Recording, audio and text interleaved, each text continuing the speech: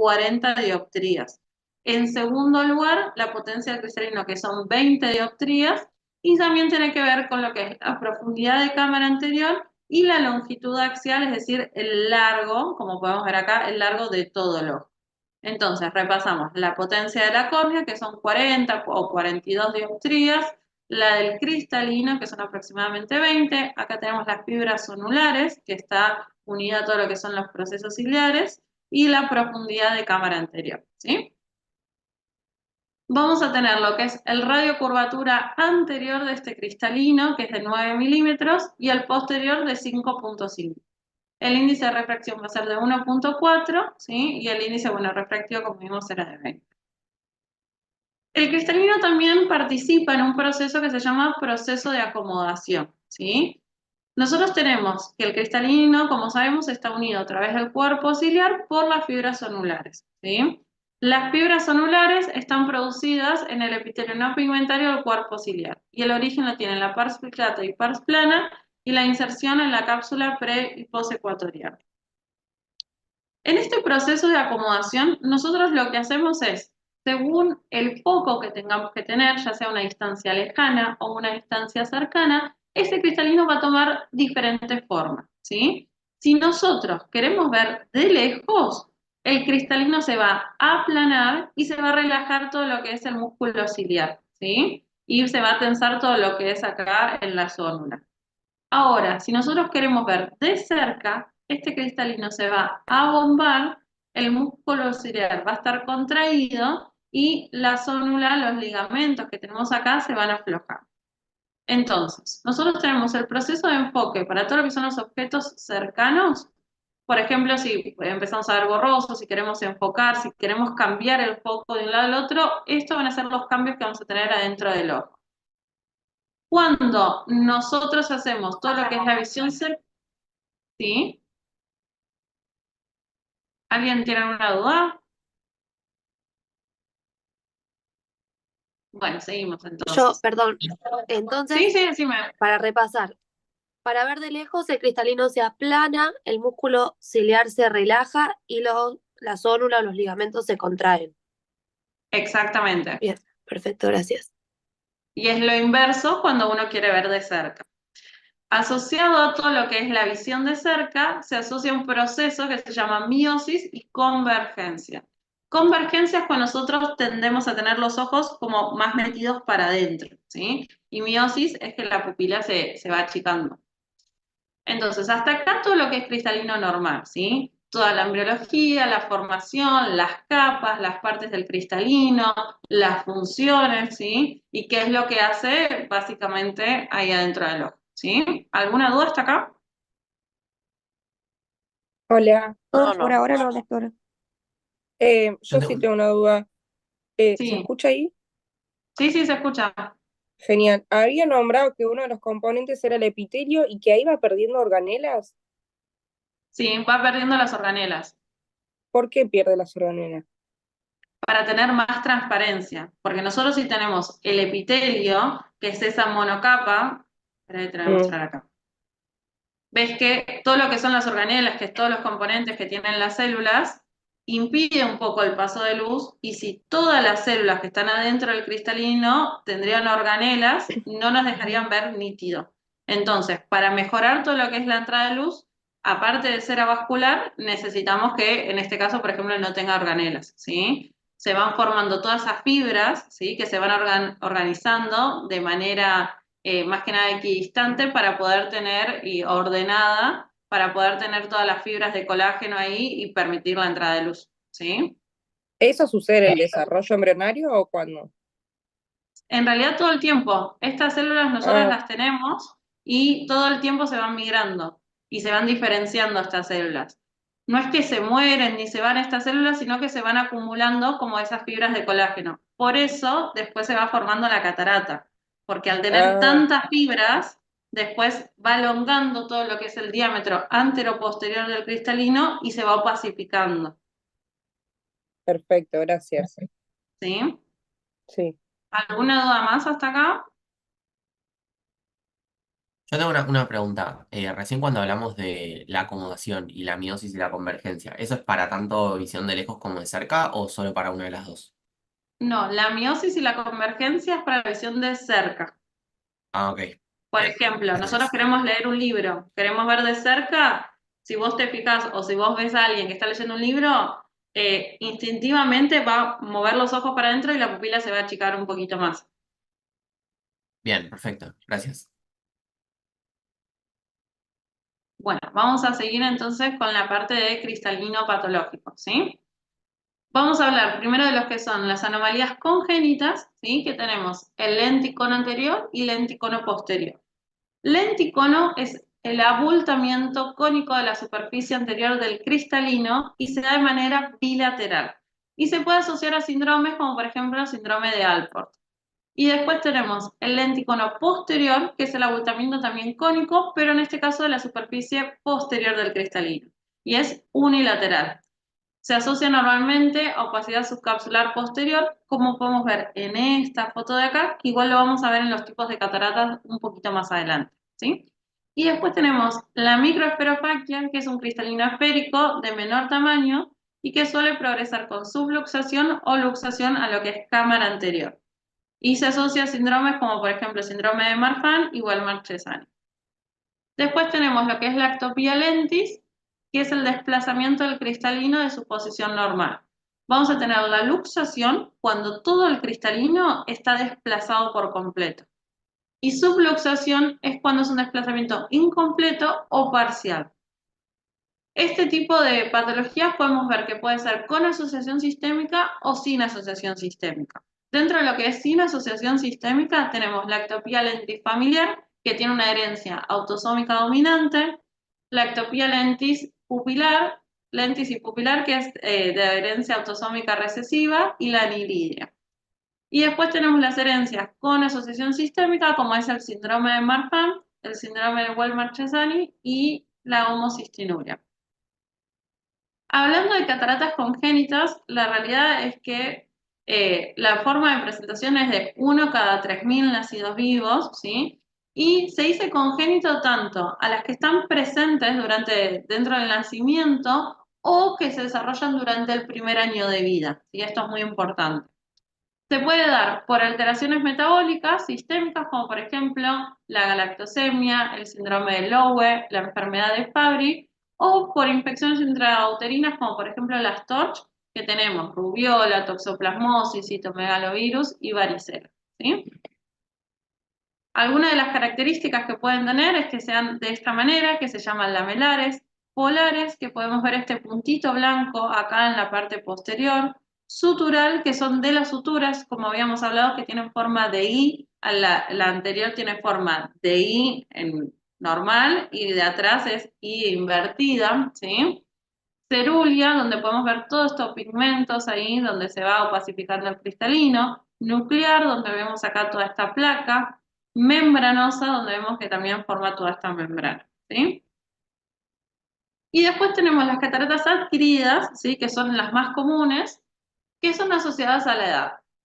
Tienen que tener en cuenta, y esto es muy importante, que la catarata adquirida es la principal causa de ceguera evitable en los países subdesarrollados. La prevalencia va a ser del 50% entre los 65 y 75 años y el 70% en mayores de 75 años, ¿sí?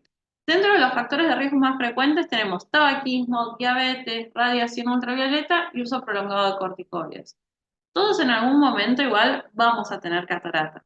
Hay determinados factores como la diabetes y el uso prolongado de corticoides que pueden acelerar este proceso y dar una catarata un poco más precoz. Hay pacientes por ahí, sí, usaron corticoides toda su vida por procesos asmáticos, procesos alérgicos, a los 40 años a veces tienen catarata y hay que operar.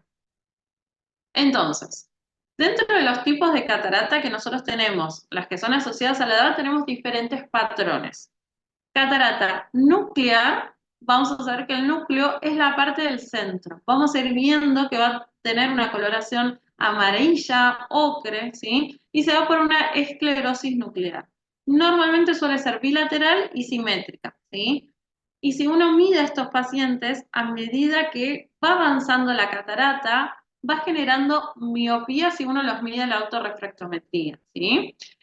Porque al ir elongando y al ir ensanchando ese cristalino, nos da una tendencia más a la miopía. Después tenemos la catarata cortical, que como vemos es como toda esta partecita blanca de acá, que es como si fueran las ruedas de una bicicleta, ¿sí? O de carro, se dice que empieza a pacificarse así bien todo lo que es la periferia. Esta, la primera foto, es cuando nosotros hacemos un corte, o este tiene toda la iluminación directa, y esto es cuando hacemos la retroiluminación, una técnica especial que lo van a ver igual en los prácticos, que es el mismo ojo, pero acá lo que hacemos es ver todo lo que es el reflejo rojo, ¿sí? Entonces, así es como se ve normal haciendo un corte y así con el reflejo rojo. Ven que se ve diferente una con la otra. La cortical, se van formando estas cuñas corticales que le decía y son opacidades blancas. Normalmente es bilateral y es asimétrica.